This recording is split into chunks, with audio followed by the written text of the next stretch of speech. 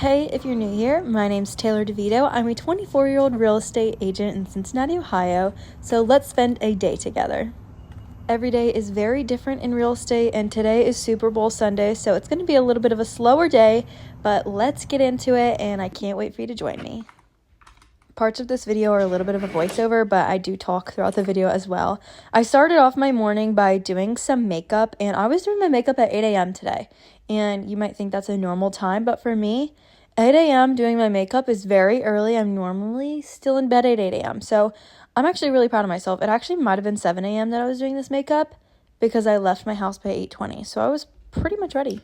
Today is the official launch in Cincinnati for puppy yoga, and I'm so excited. I've only ever done goat yoga, and it was kind of disgusting. The goat yoga actually, pooped and peed on my mat, and my mats to this day are, disgusting.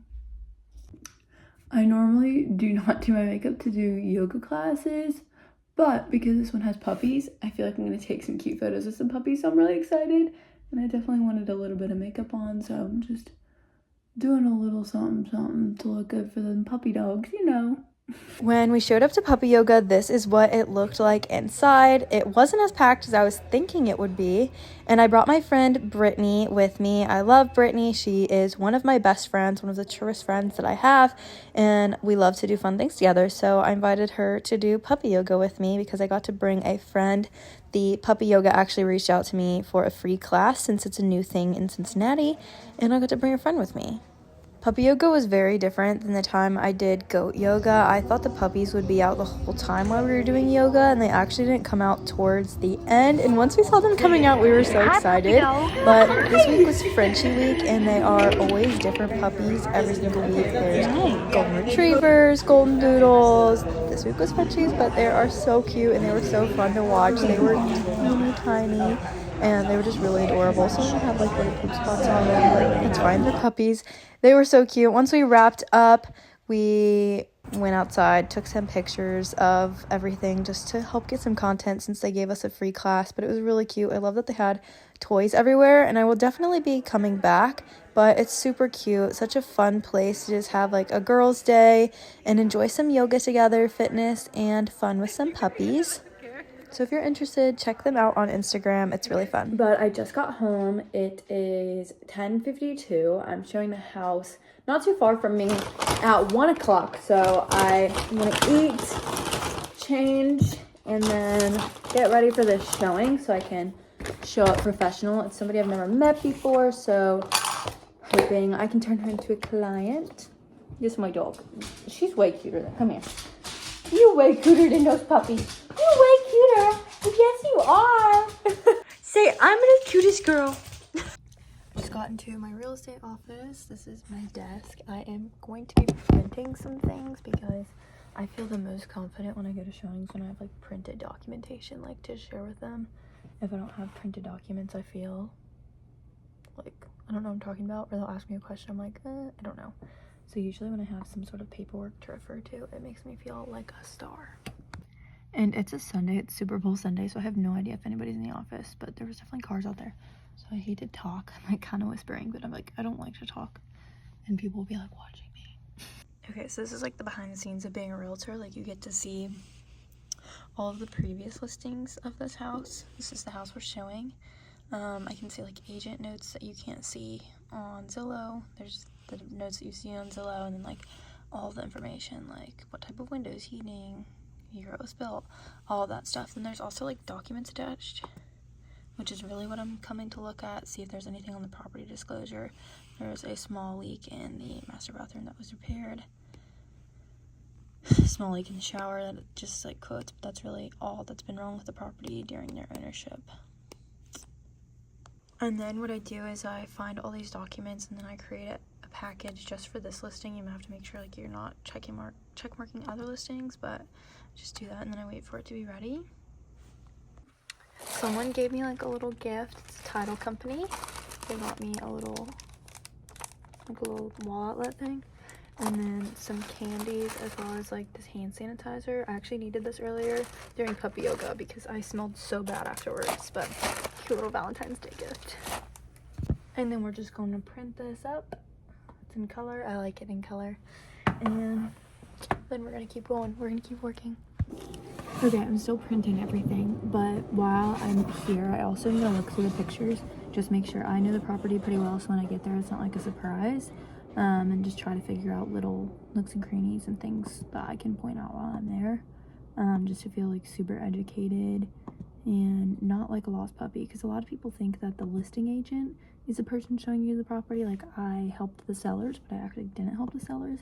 I'm just helping random people who want to come see it inside. I'm a buyer's agent. I'm also a listing agent, depending on the property, but not this specific property. So a lot of people just don't understand that, and they think they're seeing the listing agent who like knows everything about the seller, which I don't. So just trying to educate myself as much as possible. You can also like look up who owns the property and the auditor, if you want to see like who the seller is, what they're about. Sometimes you can figure out like, are they moving based on their social media. It's kind of a little bit of a stalker thing to do, but you 100% can use those context clues and figure out this property has a finished basement.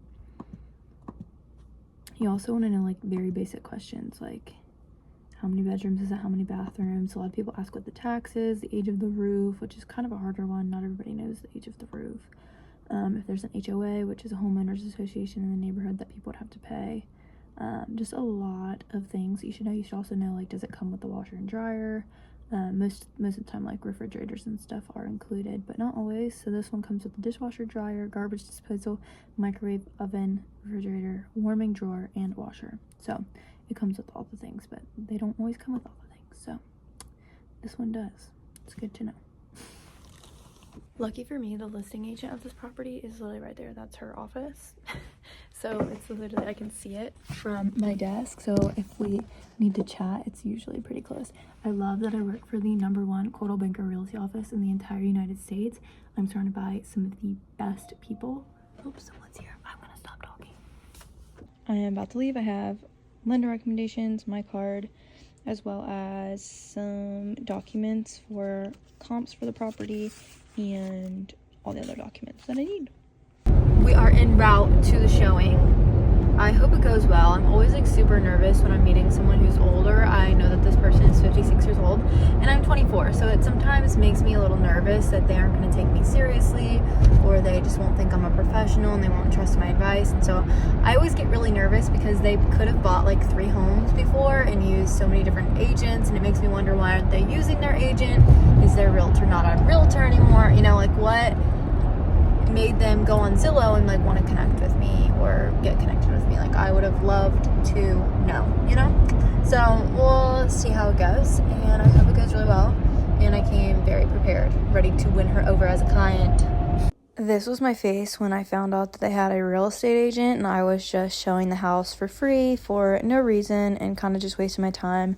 I tried to be positive and just think that this is great expertise, getting me more accustomed to the market since this is only my 3rd year in real estate. I still have a lot to learn and I just needed to embrace it, but it did suck. The showing was good and I was really prepared and I was really great, and then my attitude went from here down when they said that they were showing this house for their kids, which was fine, but their kids has another realtor who wasn't answering the phone. So the only reason that they contacted Zillow was because their agent wasn't answering. So basically wasted my time, and they haven't really said that they're 100% working with this other agent. So hopefully I showed some professionalism. My attitude went downhill for sure, which didn't help me out. I went from like on top of the world to kerplunked. So that after the showing, it was about like 2-ish when I got home, and then my boyfriend and I decided to go to the gym.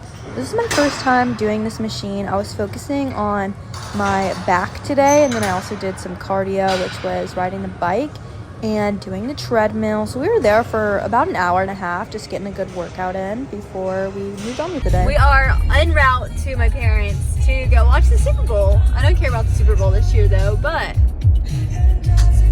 I got my girl Riley.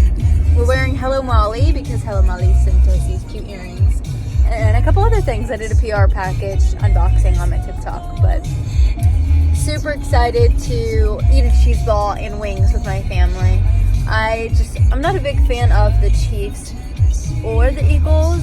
I was really rooting for a team that hadn't been in the Super Bowl recently, and that's the big reason. Like, I would rather see a team that hasn't been in the Super Bowl in quite a minute have the opportunity, because that was super exciting for the Bengals when the Bengals hadn't been in the Super Bowl in a while.